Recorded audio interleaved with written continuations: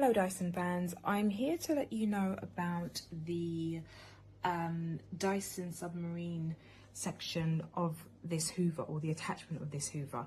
Now, what's important to know is that there are some very foolish videos going around on YouTube trying to demonstrate how it doesn't work properly when it comes to this function, which is a lie.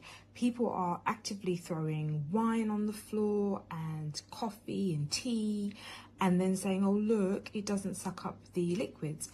If you are foolish enough to throw liquid on the floor and then expect that your Hoover is going to suck that liquid up, then you are going to damage your £480 Hoover, and I'm pretty sure no one wants to do that. The submarine section is a separate attachment for a reason, and that's because it's supposed to hold liquid in it and then disperse it across the floor.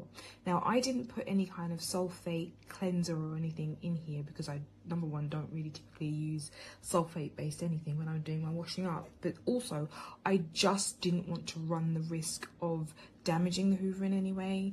Most of the instructions are actually, funnily enough, not in English, and I just thought, try it out with some water. I've been doing that for about 10 minutes now, and I filled the this little water repository to about half the capacity, and it was just standard cold water from the tap. It's done a great job of just, well, wetting the floor, and it dries quite quickly, which is great. Something that I don't like, because I have arthritis, is that you cannot take your finger off of the power trigger, because it doesn't sort of allow you to press it and then it's just stuck, and then you press it again and it turns off. That's not what it does. You have to constantly keep your finger on that little power trigger, which is really frustrating because the Hoover is quite heavy, and due to the power of the motor in it, when you're going back and forward, it kind of drags you along with it. So that's just something to make note of. But it does this portion of things very well. In fact, it does the hoovering portion of things very well as well. It's really, really powerful.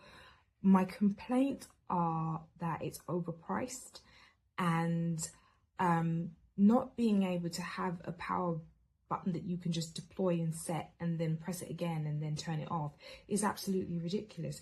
Who wants to just keep their finger down the entire time, giving the Hoover life? It's ridiculous, and it takes some getting used to. But I must say that this is from the perspective of someone who's never owned a Dyson Hoover before. Maybe if you're familiar with how it works, this is not new to you. But to me, yeah, I didn't like that. But that's that for the submarine section of things, and I'll go into more detail in my written review.